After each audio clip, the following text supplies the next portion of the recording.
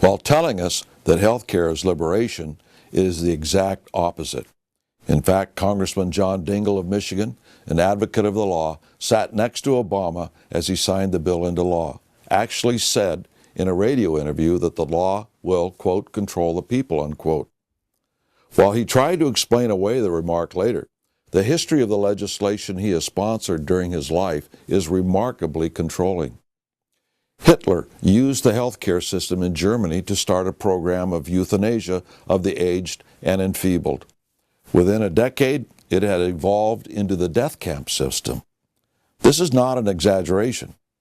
German doctors received their pay from the government directly or indirectly, and they were afraid to stand up and oppose the program until it was too late. Go online and research the eugenics programs of Germany and America, and you will be shocked. They are programs relatively unknown to Americans. One of the best DVDs on this subject is Maafa 21, which can be ordered from shopjbs.org. Healthcare in the hands of such people is extremely dangerous. We are not saying that the current administration is on this path, but why give them the power? Never forget that power corrupts, and absolute power corrupts absolutely. Our country's founders gave us a system of limited government. We are in the process of creating a system of limiting the people and allowing the government to do anything. We have also seen a long-standing campaign in this country to bring alternative medicine and supplements under government control or even their elimination. From chiropractors to holistic medicine to vitamins, taking choice away from Americans. A few of the drug companies have tried to use government to further this agenda so they could have a monopoly over the use of supplements as well as drugs. Allies in this agenda, such as Senator John McCain, in early 2010, sponsored a bill to bring vitamins and food supplements under government control.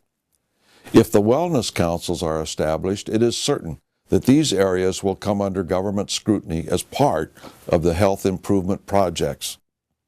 Nonetheless, the devil is in the details, as they say, and in the case of the new bureaucracy in law, the details will be in the regulations and procedures that the new bureaucracy will impose. One thing is certain. This is more of a control law than reform of health care. Is this the type of change that people voted for? When such government agencies as OSHA and laws such as the Clean Water Act were passed by Congress, it was the bureaucracy that dictated the rules, regulating industry, business, farms, and navigable waters. As to the latter, these regulations were rapidly imposed on all waters and the land on which water reigned, well beyond the scope of the intent of the law, or at least the promises made when Congress passed the laws. It's time to get involved in a campaign to repeal not only the new law, but government intrusion into medicine all across the board. If we do not get government out of medicine, we will be right back where we were before the law was passed. If someone advocates that we need government oversight, that's what caused the problem in the first place. We also have to be careful of solutions that are not solutions at all. Replacing this government program with another is not a solution. Even if it is less intrusive, the history of laws is that they get bigger and more expensive, accomplishing less of what they were intended to do as time goes by. A little amendment here and there by Congress would simply give us what we're trying to get rid of now. We cannot be fooled into arguing against the health care law only on the basis of injustice to any one portion of society or by a regulation or two, or by eliminating a mandate. The entire law is bad.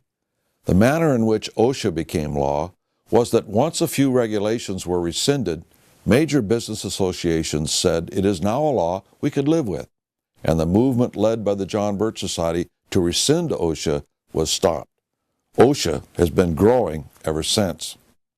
As part of the process of repealing ObamaCare, there will be companies and business associations whose survival will depend on offering services and compliance related to the law.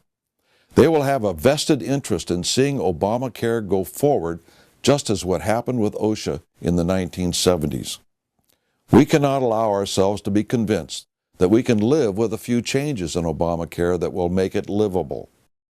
One of the schemes being promoted as a solution is an amendment to the Constitution to stop the law.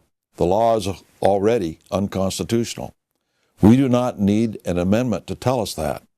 In fact, if we say it requires an amendment to stop it, we are saying that a lot of other unconstitutional laws as well are really constitutional when they are not. Besides, if government is already ignoring the Constitution, passing another amendment will not solve that problem. The only way that medical costs can come down, as well as taxes, is to get government out of the medicine business and allow free enterprise and competition to flourish. The John Birch Society has a campaign called Choose Freedom, Stop Obamacare, in which you can participate in part or total. But it is time to get involved or lose more of your freedom. The people showing you this DVD can help you get started. If you are viewing it alone, then go to jbs.org for further information.